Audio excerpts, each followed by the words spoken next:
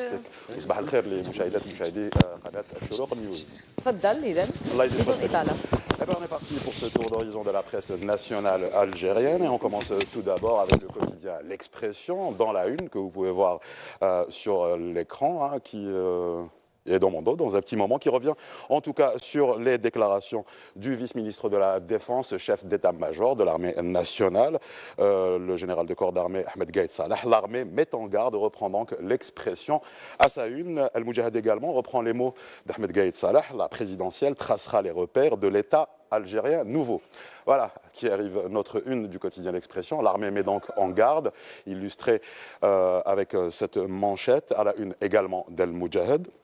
Al-Bilad, de son côté aussi, revient sur les mises en garde de l'ANP, de l'Armée nationale populaire. Le quotidien Horizon reprend les mots d'Ahmed Gaïd Salah: l'élection présidentielle, une phase d'une extrême importance, écrit le quotidien gouvernemental à sa première page. Et le même quotidien Horizon qui reprend cette partie de l'interview accordée par Mohamed Sharfi, le président de l'autorité nationale indépendante des élections, à l'agence russe Sputnik. Les Algériens éliront un président qui fédérera le Hirak.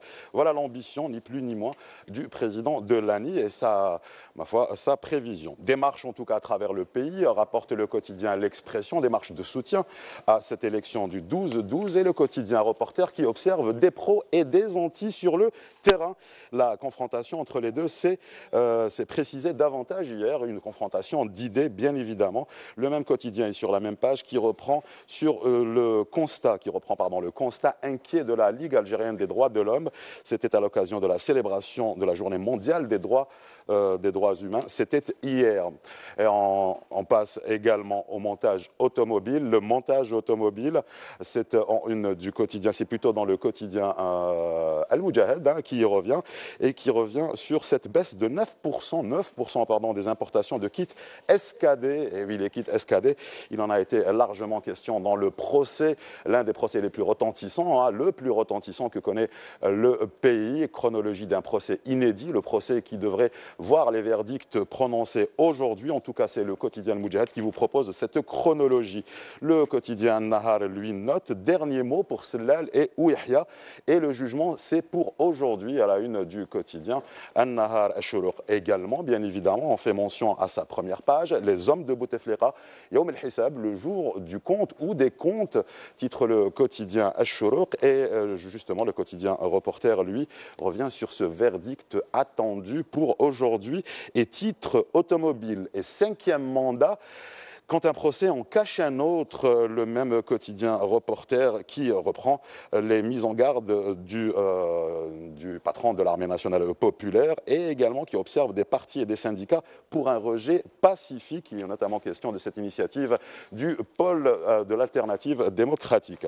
L'automobile et le 5e mandat, toujours dans le quotidien Reporter. Quand un procès en cache un autre, on y relève les pertes astronomiques et c'est également le procès du libéralisme économique façon Bouteflika qui est fait.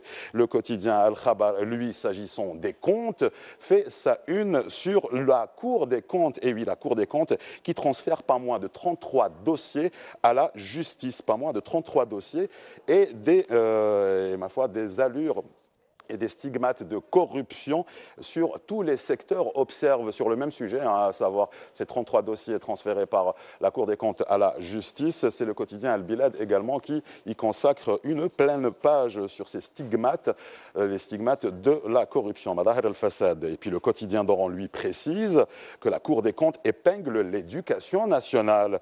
C'est à sa une, sur la même une du quotidien d'Oran, il y a cet entretien accordé par l'ambassadrice de la République fédérale d'Allemagne, Ulrike Maria Knotz, au quotidien d'Oran, avec ce titre: le Hirak a changé l'Algérie de manière durable. Et pour finir, le quotidien Le Jour d'Algérie, lui, vous propose un retour sur une campagne électorale particulière. Voilà qui clôt ce tour d'horizon de la presse nationale de ce jour, de ce 10 décembre 2019. Merci à vous, Nassima, je vous dis bon courage. وإلى غدا إن شاء الله. شكرا. كنا نتناقش مع الضيفة الكريمة عن